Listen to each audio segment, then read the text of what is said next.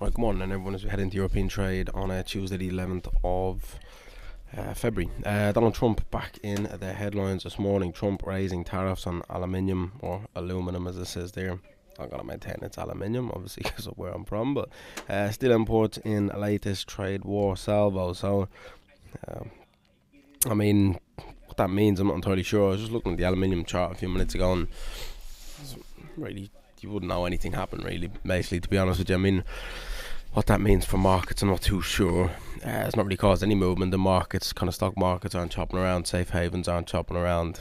The actual aluminium price itself isn't chopping around. So that is maybe a bit more of a news from a reader's perspective rather than a trader's perspective. So I don't think I'd pay too much attention to it, really, to be perfectly honest. Or I mean, I won't be paying too much attention to it. But South Korea Trade Minister says Trump steel tariffs to hit companies' profits, which is kind of what he's attempting to achieve. Maybe not kind of attempting to hit a country like South Korea, but attempting to hit other people's profits, or other companies or other countries' profits, and then ideally bring those profits back to America in order to kind of gain some revenue and probably pay off some debt and reduce their deficit. So.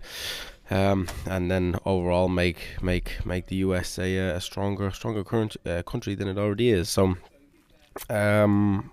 Australia managed to avoid it, though. The fact that I say I probably wouldn't pay too much attention to it from a global markets point of view, kind of Australian dollar. I'm not saying I'll go, you kind of go pile in and go long the Australian dollar off the back of it, but ultimately, like, US dollar kind of moving higher over the last few hours, and that if that does dodge kind of trade wars, maybe they look at it further on down the line. If they dodge kind of tariffs on something like steel, something like aluminium, there's maybe other things later on down the line to come that they also may avoid. So I'd be happier to go long the Australian dollar off the back of that than I would to be short risk off the back of it. I don't think global markets care too much, but as I'd guess the Australian dollar may care a bit about it. As I said, I wouldn't go piling and be long, but I mean, it would make sense if it did go higher. So we can't really say super bullish for the Australian dollar if you don't say bearish for other things off the back of the same thing, I think. So I would keep an eye on the Australian dollar kind of going forward. Dollar supported by Trump tariff moves. I mean, you did have NFP last week. NFP was a bit of a strange one. I mean, you had NFP itself come in below consensus, but then you had the previous month at an upwards revision, plus the unemployment rate tick lower. So you could have had a couple of other data prints last week. The services PMI was below consensus, but still above 50. The manufacturing PMI was fine, and kind of strong labour market keeps the US dollar supported. You're expecting inflation to tick up slightly in a couple of metrics tomorrow when we do get to it. So, especially if that inflation print comes in positive tomorrow, that should be enough to get the US dollar going again, which is what we've been calling for the last few weeks, and they kind of materialised back end of last week, really on Thursday, but then into Friday, and then yesterday. But the US dollar strength as well. So dollar supportive at this point in time. Right, kind of putting it down to Trump's tariff moves. I say it's a bit of lingering direction from the from that NFP print, or not really the NFP print, but the unemployment rate with the with wages increasing as well. So brings us on to inflation tomorrow. If inflation can come in a bit high, I think that gets us a good trade, and long dollars seemingly a pretty simple trade off the back of it. You do also have Jerome Powell today, and gold up at record highs. You have a look at where the gold price is.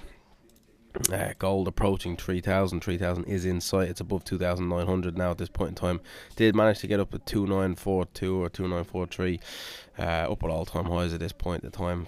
Gold firmly in price discovery mode. Does it want to continue going higher is the question.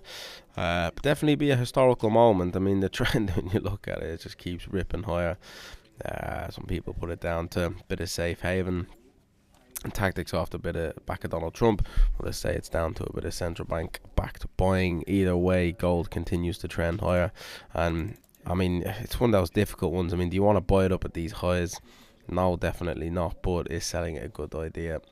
Absolutely not up at these highs. So I would like it to hit 3,000. Be a bit of a historical day. I mean, I'll say day. It's not going to happen today, but could happen later on this week, and it's definitely something you want to sit there and watch, even if it's just from a pure entertainment point of view.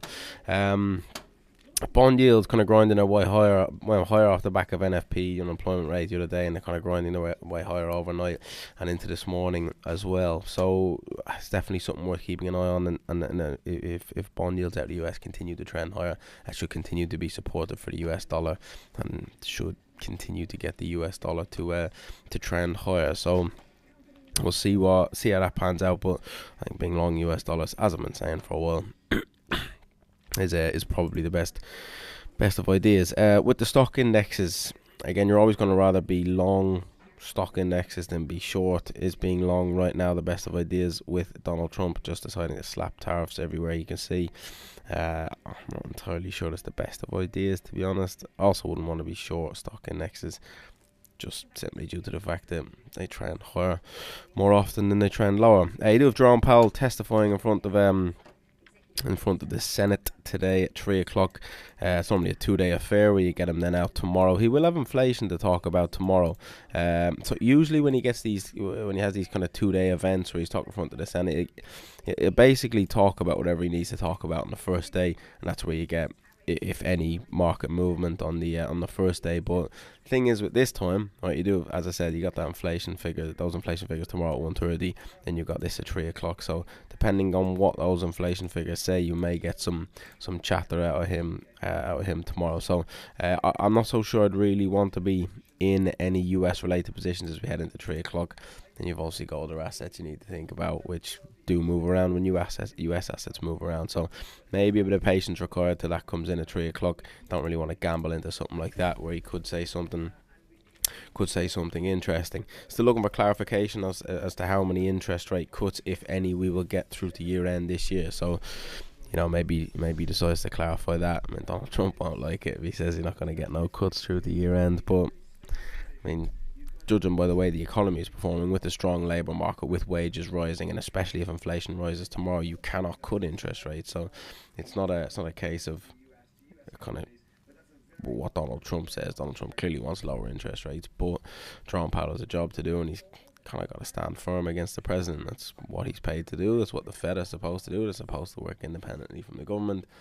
In reality, I mean, should probably work with the government and just do the best for the country. But government wants things for political gain. Central bank is supposed to look after the economy from a neutral perspective. So that kind of removes the prospect of interest rate cuts in the near future, especially if that inflation print comes in higher. That should be relatively simple trade, long some dollars tomorrow when we get to it. So today may be a little bit quiet. Markets not really hacking about off the back of those tariff announcements. Jerome Powell at 3 o'clock, really the only thing of note today, other than a couple of speeches from a couple of different central bankers, but really got nothing out today other than speeches. So maybe a bit of patience required today towards inflation. Tomorrow should provide us with some tradable opportunities. But Jerome Powell, big event of the day, keep an eye on that at 3 o'clock, and we'll see what he has to say, I suppose.